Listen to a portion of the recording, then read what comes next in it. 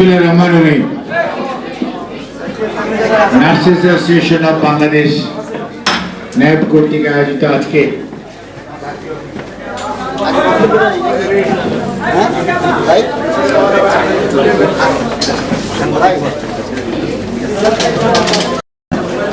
শ্রদ্ধাভাজন সভানেত্রী, আপনাদের সংগঠনের সভানেত্রী এবং জাহানারা সিদ্দিকী, উপস্থিত বাংলাদেশ জাতীয়তাবাদী দলের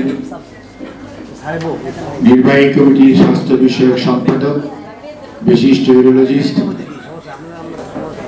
ডাক্তার মোহাম্মদ রফিকুল ইসলাম, স্বস্বাস্থ্য বিষয়ক সম্পাদক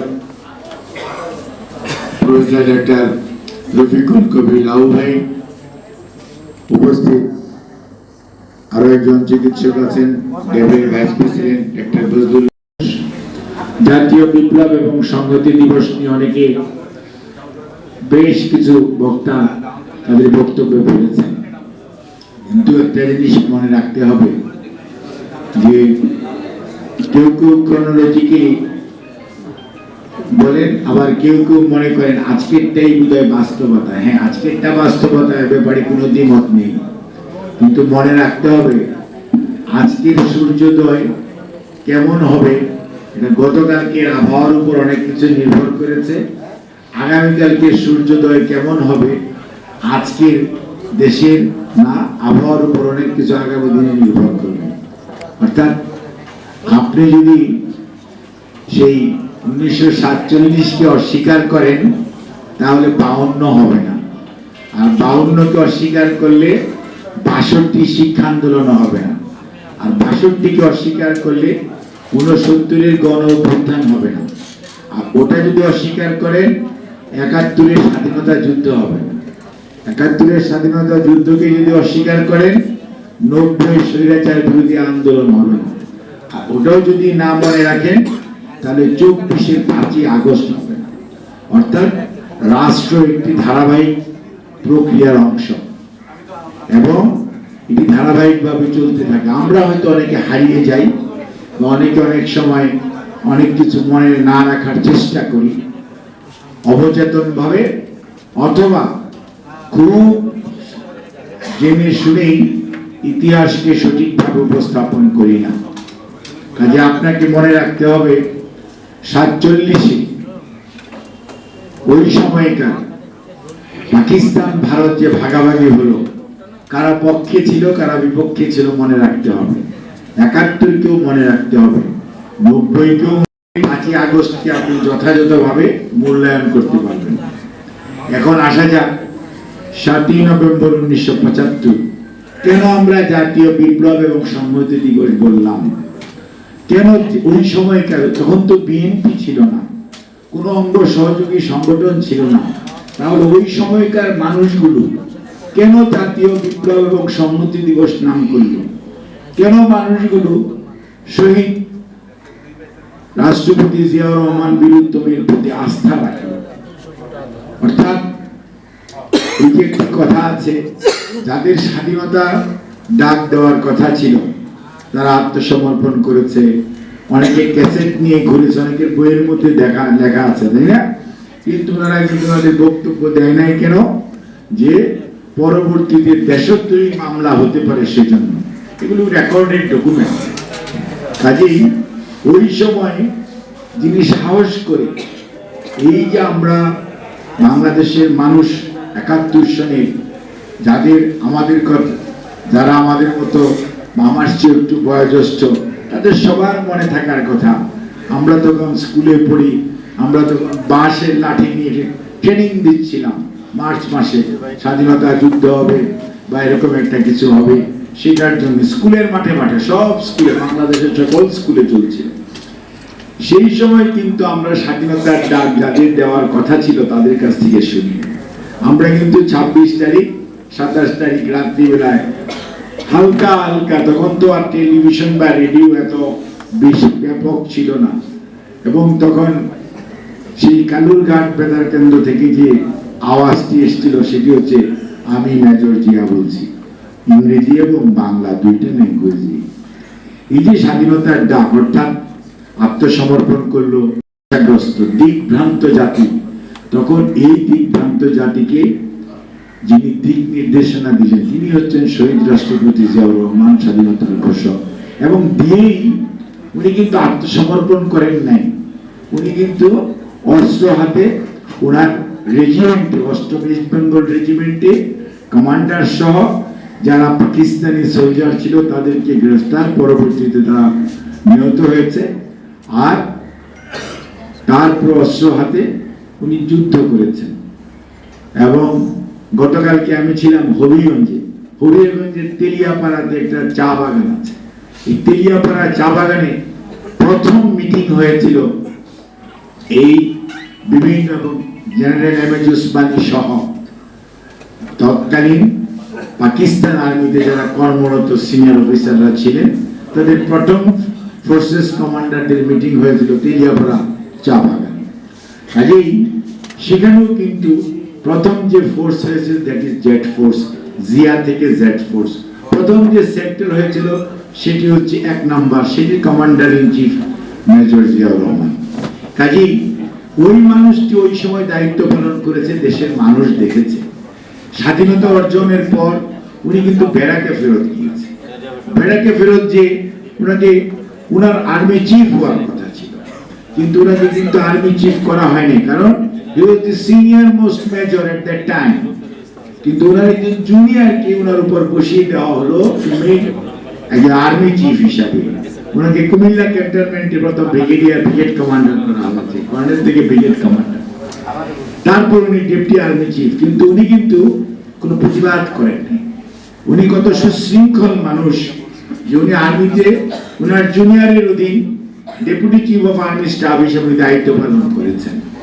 অর্থাৎ একজন প্রফেশনাল সৈনিকের যা করা উচিত উনি কিন্তু তাই করেছেন। উনি কিন্তু যুদ্ধের পরে উনি বলতে এরকম কোনো দাবি তুলেননি। আজকে আমরা অনেকের দাবি দেখি না, তখন কিন্তু ওই মানুষটি সবচেয়ে বেশি দাবি করার কথা ছিল, কিন্তু ওই মানুষটি কোনো দাবি তুলেন নাই, বরঞ্চ প্রফেশনালিজমকে উনি আপহোল্ড করেছেন। সৈনিকের যে প্রফেশনালিজম থাকে, দেশপ্রেমের যে উৎকৃষ্ট উদাহরণ সেটি স্থাপন করেছেন শহীদ রাষ্ট্রপতি জিয়াউর রহমান।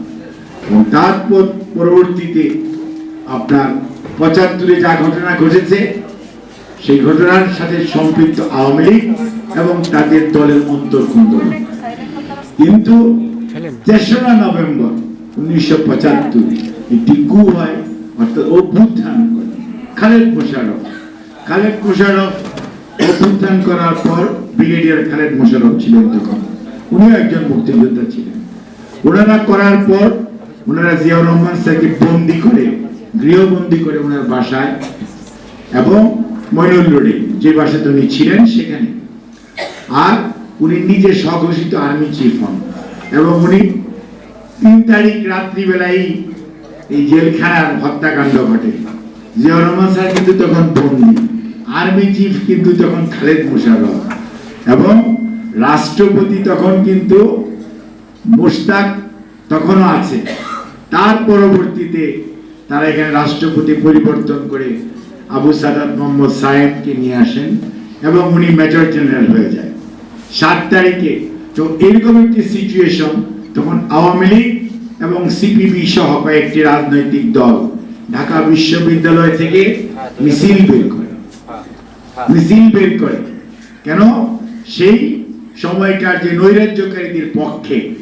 তখন দেশের মানুষ যখন মনে করেছে দেশের স্বাধীনতা এবং সার্বভৌমত্ব বিলুপ্ত হওয়ার পথে, দেশপ্রেমিক সৈনিকরা এবং সেনাবাহিনী বসে থাকে, তখন কিন্তু তারা রুখে দাঁড়িয়েছে এবং তখন তারা মনে করেছে এই সময়ে যিনি নেতৃত্ব দিতে পারেন তিনি হচ্ছেন স্বাধীনতার সময় যিনি ডাক দিয়েছিলেন, জাতিকে ঐক্যবদ্ধ করেছিলেন। এখন বিভ্রান্ত এই জাতিকে যে ঐক্যবদ্ধ করতে হয়, আবারও জিয়াউর রহমানকে দরকার। সেজন্যই ওনারা যে সিপাহী জনতা যে ওনাকে বন্দী দশা থেকে মুক্ত করে নিয়ে আসে এবং ঢাকা সহ নয় সারা বাংলাদেশের মানুষ জিয়াউর রহমানের প্রতি আস্থা রাখে। তার প্রমাণ আপনারা ওই সময়কার যে ছবিগুলো আছেন ব্ল্যাক এন্ড হোয়াইট, দেখবেন ট্যাঙ্কের মধ্যে সাধারণ মানুষ এবং সৈনিকরা, ট্রাকের মধ্যে ঢাকার রাজপথে, যেমন আমাদের রফিকুল কবির লাবু ভাই বলেছেন, দ্যাট ওয়াজ দি রিয়েলিটি, অর্থাৎ ওইটাই ওই সময়কার বাস্তবতা। এবং সারা দেশের মানুষ তখন রোজা রেখেছে, সারা দেশের মানুষ তখন আনন্দিত হয়েছে এবং সারা দেশের মানুষ শহীদ জিয়ার প্রতি তাদের আনুগত্য প্রকাশ করেছে। সিপাহী জনতা এসে ওনাকে এনে ক্ষমতায় বসিয়েছে, দায়িত্ব দিয়েছে। কাজেই জিয়াউর রহমান নিজে নিজে কোনো ক্ষমতা নেই নাই এবং মার্শাল ল জারি করছে ওনারাই। বরঞ্চ শহীদ রাষ্ট্রপতি জিয়াউর রহমান দায়িত্ব নেওয়ার পর এই যে এই দিগ্ভ্রান্ত জাতি, এই যে বিভক্ত জাতি, এতে ঐক্যবদ্ধ করার জন্য উনি তখন কি করলেন?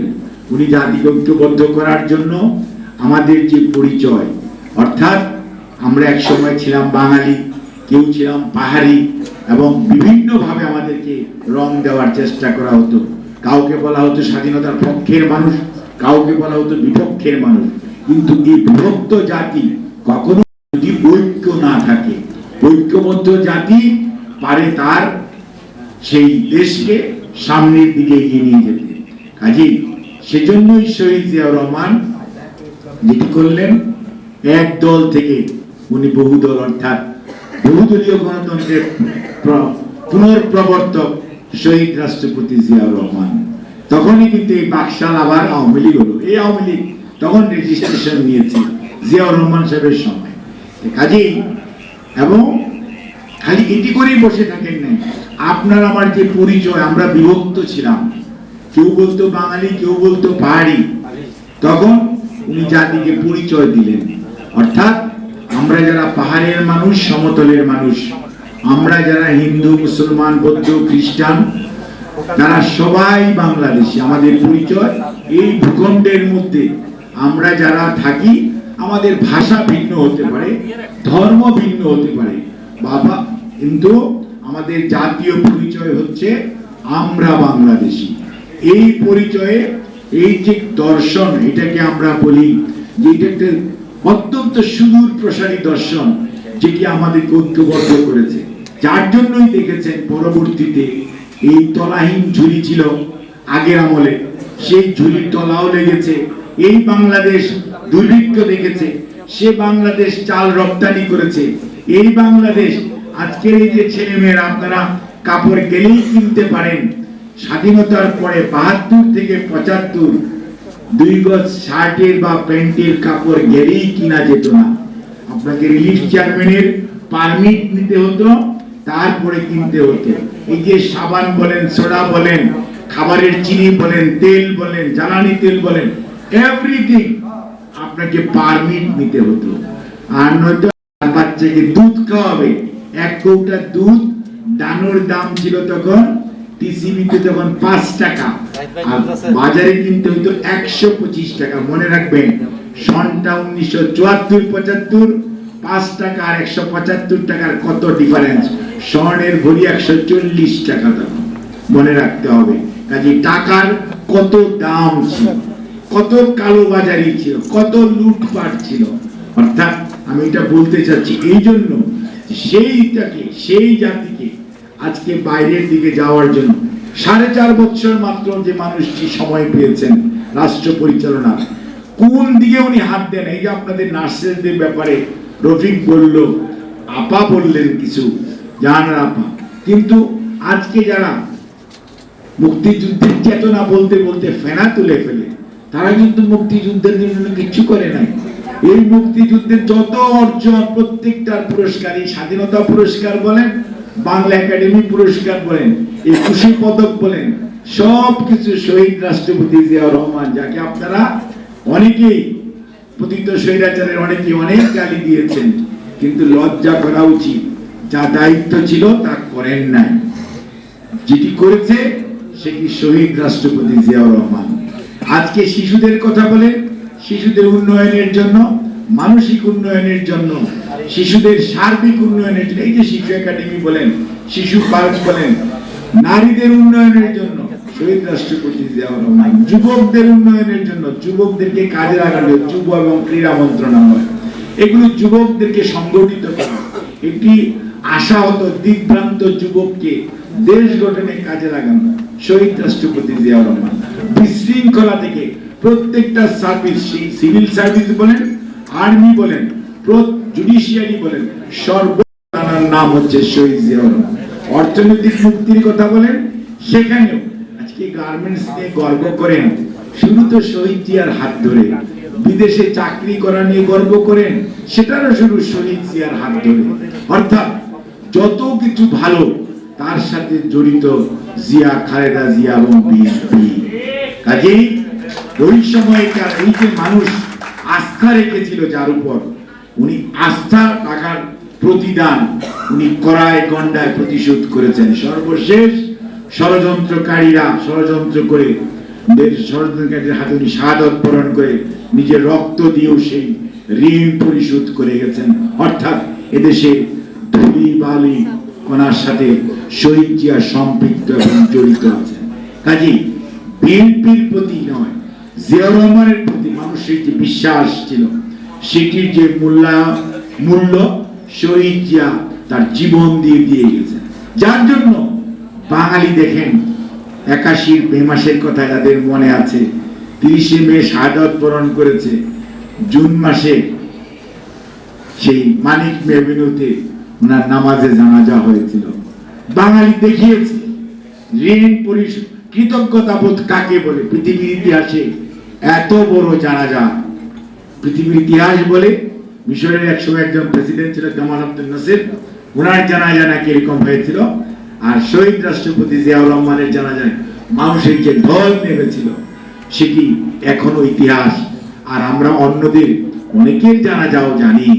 আমরা সবাই আল্লাহ বেহেশত নসিব করুক, হয়তো কাউকেও পাওয়া যায় নাই, 2-4 কয়েক ডজন লোক হয়তো উপস্থিত ছিল। আমি কারোকে ছোট করতে চাই না, কিন্তু মানুষের জন্য করলে মানুষের যে ভালোবাসা অর্জন করা যায়, সেটির উদাহরণ শহীদ রাষ্ট্রপতি নয়। আজকে আমরা যারা তার উত্তরসূরি, আমরা বলি তার আদর্শের সৈনিক। মনে রাখতে হবে, আজকে আমাদের দেশে গণতন্ত্র 17 বছর যাবৎ প্র্যাকটিস হয়নি। মানুষকে তার ভোটাধিকার প্রয়োগ করতে 2008-এ ষড়যন্ত্র হয়েছে। আজকের আইন উপদেষ্টা এখন স্বীকার করেন ওই সময় ষড়যন্ত্র হয়েছিল। 14-তে তো ভোটই লাগে নাই, 18-তে দিনেরটা রাত্রে, আর 24-এরটা আমি আর ডেমি করেছেন। অর্থাৎ জনগণকে আর কোনো প্রয়োজন পড়ে নাই।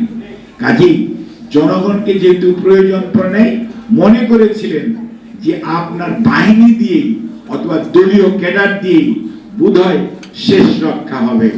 কিন্তু শেষ রক্ষা করার মালিক আল্লাহ রাব্বুল আলামিন, এবং উনি কিন্তু কোরআন শরীফেও বলেছেন, আমি অবকাশ দেই, যদি ফিরত আসে, যদি বুঝে ভালো, তা না হলে আমি উলট পালট করে দেই। এই নজির পৃথিবীতে আছে, কোরআন শরীফের কথা আছে। কাজেই ওনারা বুঝতে পারেন নাই, যার জন্য 3 দিন আগেও বলেছিলেন অমুকের বেটি পালিয়ে যায় না। কিন্তু 3 দিনও পার হয় নাই, এই বাংলাদেশের মানুষ ওই লক্ষণ সেনের অনুসারী হিসাবে আবার দেখলো পালিয়ে কিভাবে গেল। নিজের দল, নিজের নেতা কর্মী, কারো প্রতি বিন্দু মাত্র ভালোবাসা নাই। আর অপরদিকে আপনি খেয়াল করেন, বেগম খালেদা জিয়া এই বাংলাদেশে আছেন, ওনাকে ষড়যন্ত্রমূলক মিথ্যা মামলায় 6 বছর জেলে রেখেছেন। উনি তো অনেক কম্প্রোমাইজ করলে করতে পারত, উনি তো যায় নাই। এবং আমাদের হাজার হাজার নেতা কর্মী আপনারা পঙ্গু বানিয়ে দিয়েছেন, আমাদের শত শত ভাইকে গুম করেছেন। হাজার হাজার নেতা কর্মী 16 বছরে শহীদ হয়েছে, জুলাই আগস্টেও শহীদ হয়েছে। আর 70 লক্ষ আসামি, 1,60,000 মামলা, এই গায়েবী মামলা দিয়েও এই গণতন্ত্রকামী মানুষকে আপনারা দমিয়ে রাখতে পারেন নাই। আমাদের নেতা, আমাদের ভারপ্রাপ্ত চেয়ারম্যান জনাব তারেক রহমান এর নেতৃত্বে বিগত 6 বছর যাবৎ বাংলাদেশের আনাচে গানাচে, বাংলাদেশের পথে প্রান্তরে বাংলাদেশ জাতীয়তাবাদী দল, অঙ্গ সহযোগী সংগঠন সুসংগঠিত হয়েছে। শুধু নয়, আজকে দেশের সকল মানুষ, গণতন্ত্রকামী মানুষ আজকে আমাদের ভারপ্রাপ্ত চেয়ারম্যান, বিএনপির ভারপ্রাপ্ত চেয়ারম্যান জনাব তারেক রহমানের নেতৃত্বে। ঐক্যবদ্ধ কেন? উনি আমাদের নেত্রী, দেশনেত্রী বেগম খালেদা জিয়া 2017-তে কর্মসূচি দিয়েছিলেন ভিশন 2030 এবং আমাদের নেতা জনাব তারেক রহমান 2022-এর ডিসেম্বরে কর্মসূচি দিয়েছিলেন 27 দফা রাষ্ট্র মেরামতের কর্মসূচি, মনে থাকার কথা আপনাদের। আর 23 জুলাই মাসে আমাদের নেতা এবং আন্দোলনকামী যুগপৎ আন্দোলনের সকল রাজনৈতিক নেতৃত্ব মিলে 27কে 31 দফা রাষ্ট্র মেরামতের কর্মসূচি, সংস্কার কর্মসূচি ঘোষণা করেছেন, যার নেতৃত্ব দিচ্ছেন তারেক রহমান এবং যেটি আজকে জনগণের 31 দফা রাষ্ট্র সংস্কারের প্রস্তাবনা। কাজেই বিএনপি শুধু নিজের কথা বলে তা না, বিএনপি রাষ্ট্রের কথা বলে, আগামী দিনের কথা বলে, এবং সংস্কার একটি চলমান প্রক্রিয়া। দেশ থাকবে, কাজেই আমি আপনি থাকবো না, সংস্কার কিন্তু চলতেই থাকবে। কাজেই মনে রাখতে হবে বিএনপি সবসময় অনেক দূরদৃষ্টি সম্পন্ন নেতা যেমন ছিলেন আমাদের প্রতিষ্ঠাতা রহমান, আমাদের নেত্রী বেগম খালেদা জিয়া। আপনি দেখেন তো এই দেশে আজকে যে নারী শিক্ষা, তার আলোক ভর্তিকা যদি বেগম রোকেয়ার পরে কাকে বলতে হয়, সেটি হচ্ছে বেগম খালেদা জিয়া। কারণ এই নারী শিক্ষার জন্য এদেরকে বিনা পয়সায় প্রথম বই দেওয়া, তারপরে বিনা পয়সায় স্কুল কলেজে পড়তে দেওয়া, এবং তারপরে আজকে নারী বিষয়ক মন্ত্রণালয় আন্দোলনের কথা বলেন, এটাও তো খালেদা জিয়া। মুক্তিযুদ্ধ বিষয়ক মন্ত্রণালয় বলেন, এটাও খালেদা জিয়া। অর্থাৎ আপনি এই দেশে যত মঙ্গল, যত ভালো কিছু, প্রত্যেকটার পিছনে জড়িত আছে শহীদ জিয়া, খালেদা জিয়া এবং বিএনপি। কাজেই আজকে আমাদের নেতা জনাব তারেক রহমান দেশের মানুষকে যেভাবে ঐক্যবদ্ধ করেছেন 31 দফা রাষ্ট্র মেরামতের কর্মসূচি দিয়ে, এবং দেশের রাজনৈতিক দল সেটি গ্রহণ করেছে। কাজেই মনে রাখতে হবে আজকে 5ই আগস্ট পরবর্তীতে যে পরিস্থিতি বাংলাদেশে বিরাজমান, অনেক ষড়যন্ত্র চলছে দেশের বিরুদ্ধে, ভিতর থেকে, দেশের বাইরে থেকে। এই ষড়যন্ত্র যদি রুখতে হয়, তাহলে আপনারা যারা নার্সেস অ্যাসোসিয়েশনের সদস্য, আপনাদেরকেও সজাগ থাকতে হবে। মনে রাখতে হবে আপনাদের যত ভালো কিছু ছিল, এই যে আপা বললো যে ভালো কাজ করলে একজনকে একটা পুরস্কৃত করা, সেটির প্রচলনও কিন্তু শহীদ জিয়া। কাজেই আপনাদের প্রশিক্ষণ, শিক্ষা, নার্সিং কলেজ, এগুলো রফিক বলেছে, তার পরবর্তীতে করেছে বেগম খালেদা জিয়া। আজকে যে আপনারা এত বিএসসি, এমএসসি, পিএইচডি করতেছেন, এই উচ্চ শিক্ষার সুযোগ কে সৃষ্টি করেছে? কারা করেছে? কাজেই মনে রাখতে হবে দেশ পুনর্গঠনে আপনাদের যেমন ভূমিকা রয়েছে, এবং দেশের মানুষের আত্মপীড়িত মানুষ সেবা দেওয়ার জন্য যেমন আপনাদের কাজ, একইভাবে দেশ কিভাবে চলবে সেই জন্য ভূমিকা রাখা, সেটাও কিন্তু আপনাদের দায়িত্ব। কারণ আপনারাও এদেশের নাগরিক, আপনারও এক ভোট, আমারও এক ভোট। কাজেই মনে রাখতে হবে যে যখন যে অবস্থায় যে দায়িত্ব পালন করার জন্য ডাক আসবে, সেটি অবশ্যই যথাযথভাবে আপনাদের করতে হবে। আর যদি করতে হয়, ঐক্যবদ্ধ থাকতে হবে। ঐক্যবদ্ধ যদি না থাকা যায়, তাহলে কোনো কাজ করা যায় না। বিশৃঙ্খল কোনো জাতি বা জনগোষ্ঠী কোনো উন্নত বা উন্নতির কোনো কাজ কখনোই করতে পারে না। কাজেই আজকে আপনারা ন্যাপকে আরো যেমন শক্তিশালী করবেন, ঠিক একইভাবে নিজেদের মধ্যে ঐক্য প্রক্রিয়াকে আরো জোরদার করবেন। সেই সাথে মনে রাখতে হবে আজকে দেশের বিরুদ্ধে, দেশের গণতন্ত্রের বিরুদ্ধে, মানবাধিকারের বিরুদ্ধে, দেশের অর্থনীতি যেভাবে লুটপাট হয়েছে, তার প্রতিকারের জন্য, অর্থাৎ টাকাগুলো ফেরত আনতে হবে। যারা আমাদের উপর নির্যাতন করেছে, যার কারণে আমার ভাই শহীদ হয়েছে, কেউ গুম হয়েছে, কেউ পঙ্গু হয়েছে, তাদের বিচার তো হতে হবে। তাদের বিচার না করে আপনি তাদেরকে মাফ করে দিবেন, আপনি কি? এই দেশের প্রচলিত আইনে প্রত্যেকটা অন্যায়ের বিচার হতে হবে, এবং অন্যায়কারী সে যেই হোক, যত শক্তিশালী হোক, মনে রাখতে হবে অনেক বাহিনী দিয়েও যেমন স্বৈরাচার পালিয়ে যেতে হয়েছে, টিকে থাকতে পারে নাই। কাজেই অন্যায়কারী নিজে আপাতত মনে করতে পারে যে আমি খুব শক্তিশালী, কিন্তু আপনারা আমরা যদি সজাগ থাকি, দেশের মানুষ যদি সচেতন থাকে, অন্যায়কারীরা কোনো অবস্থাতেই পার পাবে বলে আমার মনে হয় না। কাজেই আমাদের অত্যন্ত সুস্পষ্ট বক্তব্য, জনগণের তাদের যে দেশের প্রতি যে মালিকানা সেটা ফেরত দিতে হবে। গণতন্ত্র তার জায়গায়, অর্থাৎ তার জায়গায় থাকতে হবে, অর্থাৎ মানুষ সঠিকভাবে স্বাধীনভাবে চিন্তা করবে তার ভোট কাকে দিবে, কে দেশ শাসন করবে, এটি জনগণ সিদ্ধান্ত নেবে। সংস্কার অবশ্যই হবে, সংস্কার করতে হলে সংস্কার জন আকাঙ্ক্ষার বাস্তবায়ন হচ্ছে সংবিধান, জন আকাঙ্ক্ষার প্রতিফলনই হচ্ছে সংবিধান। সেটা কে করবে? জনপ্রতিনিধিরা করবে। কাজে মনে রাখতে হবে, সবকিছুই আপনি আমি করে ফেললেই হবে না। এই যে মানুষগুলো বসে আছে তারা সেটি চায় কিনা, আর তাদের সেটা চাওয়ার সুযোগ, তাদের মতামত প্রয়োগ করার সুযোগটি হচ্ছে ভোট। কাজে অনেকে বলেন বিএনপি নাকি ভোট খুব তাড়াতাড়ি চায়। আরে ভাই, বিএনপি ছিল এবং আছে, বিএনপি তো কখনোই স্বৈরাচারের দূষণ নয় যে বিএনপিটা চাবে না। বিএনপি তো সাধারণ বাস্তবতায় সেটি হচ্ছে সবচেয়ে বড় প্রয়োজনীয়তা, এটি নিশ্চয়ই সবাই অনুধাবন করবেন। আপনাদের সবাইকে ধন্যবাদ। আল্লাহ হাফিজ। বাংলাদেশ জিন্দাবাদ। নার্সেস অ্যাসোসিয়েশন অফ বাংলাদেশ জিন্দাবাদ। শহীদ জি অমর হোক। দেশের প্রিয় বেগম খালেদা জিয়া জিন্দাবাদ। জনাব তারেক রহমান জিন্দাবাদ।